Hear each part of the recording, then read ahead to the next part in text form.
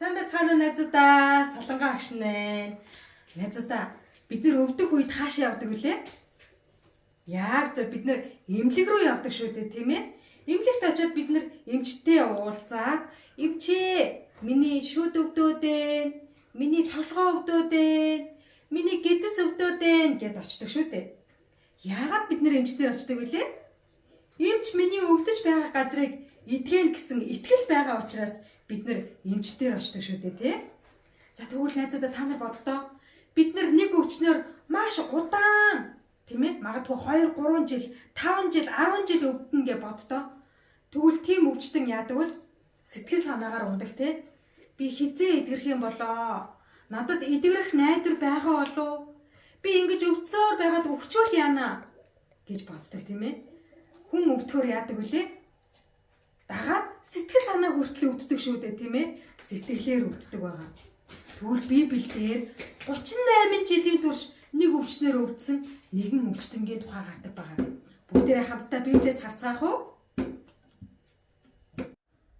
Хамтдаа Библийн ишлэгийг харцгаая.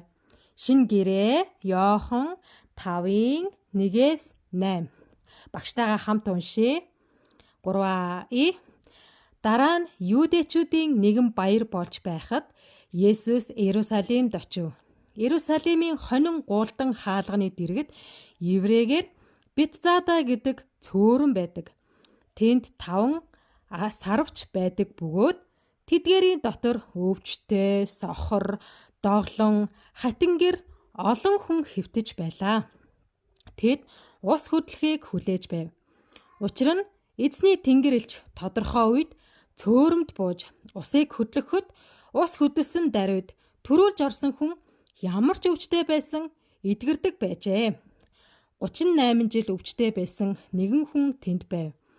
Тэнд хэвтэж буй түүнийг Есүс харж удаан хугацаагаар тийм байсныг нь мэдээд түүнээс "Чи эрүүл болохыг хүсэж байна уу?" гэж асуухад өвчтэй хүн "Эзэн, ус хөдлөх үед намайг цөөрөмд оруулах хүн байдгүй.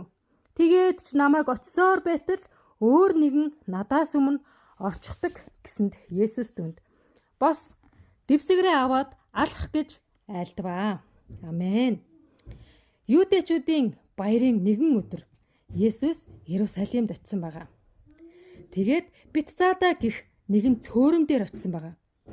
Тэнд маш олон өвчтэй хүмүүс цугларсан байсан. Сохор хүн, доглон хүн, гар хөлөө хөдөлгөж чаддгүй гэх мэт маш олон хүмүүс тэнд байдаг байжээ. Тэгээд тэд нар цөөрмийн ус хөдлөхийг хүлээдэг байсан байна. Биеийн өвдөл уг нь эмчдэр очих ёстой байтал хүмүүс эмчдэр очилгүй харин цөөрөм дээр ирдэг байсан байна. Яагаад гэвэл эрт дээр үеэс уламжиж ирсэн нэгэн домог байсан байна.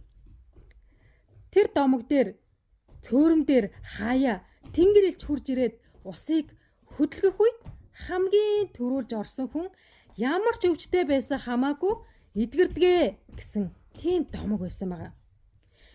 Тэр домогт хүмүүс итгэдэг байсан. Харин тэнд 38 жилийн турш өвчтэй байсан нэгэн хүн тэнд байсан байгаа. Цөөрөм дээр ирсэн Есүс тэр хүнийг олж хараад тэр хүн дээр гүйж утсан байгаа. Тэгээд түүн дээр очиод "Чи эдгэрхийг хүсэж гин үү?" гэж асуудаг. Харин нөгөө өвчтэй хүн "Эзэн минь ээ, ус хөдлөх үед намайг усанд оруулж өгөх хүн байдгүй маа. Намайг орох гэсээр л өөр хүн төрүүлээд усанд орчихдог" гэж хариулжээ. Тэр өвчтөн үнэхээр эдгэрхийг хүсэж исэн. Харин Есүс түнд "Бос, дэвсгэрээ аваад яв" гэж хэлдэг. Өнөө хүн "Би юу? Би бос чадна гэж юу?"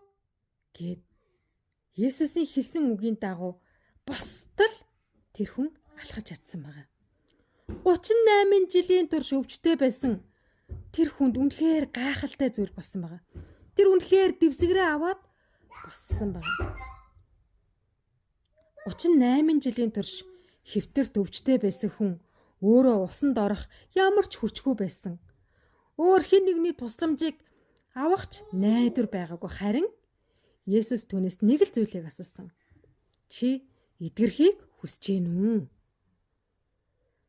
Тэр өвчтөн ч гэсэн чин сэтгэлээсээ өөрийнхөө нөхцөл байдлыг Есүст хэлсэн байгаа.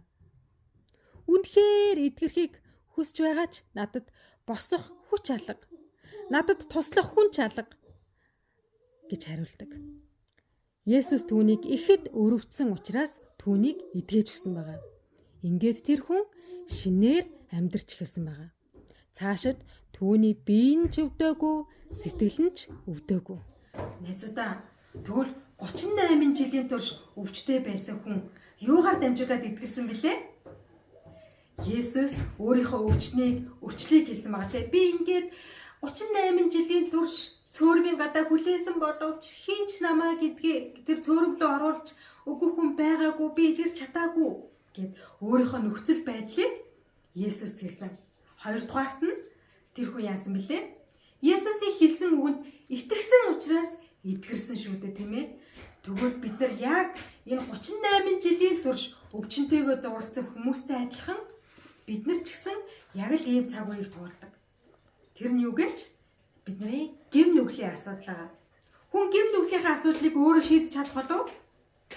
Хизээж чадахгүй. Хүн хизээж өөрийнхөө гэмийн асуудлыг шийдэж чадахгүй. Ганцхан Есүс Христээр дамжуулаад бид нар гэмийнхээ асуудлыг шийдэж чадна.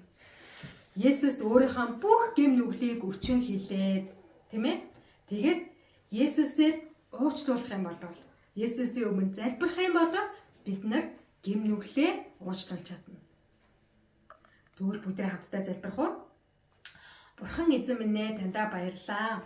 Өнөөдөр 38 жилийн турш өвчтэй байсан хүнийг Есүс эзэн та өөрөө зорж очоод та түүнийг үгээрээ эдгэж өгсөн энэ гайхамшигтай түүхийг бид нар сонслоо. Бурхан минь ээ, биднэрт ч гэсэн үнэхээр эдгэж чадахгүй өвчин байдаг, бас сэтгэлийн шархууд байдаг, бас бидний гэм нүглийн асуудлууд байдаг. Эзэн Есүс танд үнэхээр бүх зүйлээ өчн хэлэх юм бол та эдгэж өгнө, та аварч өгнө, та өрөөж өгнө гэдэгт тэр итгэлээр амьдрахад та туслаач гэж хууж байна. Эзэн минь ээ, бидний бүх гэм нүглийн асуудлыг та шийдвэрлэж биднийг гэм нүгэлгүй цэвэр ариун амьдралаар амьдруулж өгөөч. Мөн бидний өвчин, эмгэг бүх зүйлийг та эдгэж илааршуулж өгөөч. Есүсийн нэрээр залбирлаа. Амен. Найзуудаа, бүгдээрээ эх 7 хоногийн турш өөрийн өвдөж байгаа газраа Есүст хэлээд, бас зүрх сэтгэл чинь өвдөж байгаа бол тэр зүйлээ ч гэсэн Есүст хэлээд, бас гэм нүглийнхээ асуудлыг ч гэсэн Есүст хэлээд, бүх асуудлаа хамгийн сайнаар шийдвэрлүүлсэн 7 хоног байцгаая. Бүгдээрээ эх 7 хоногт уулзцгаая. Төөр баяртай.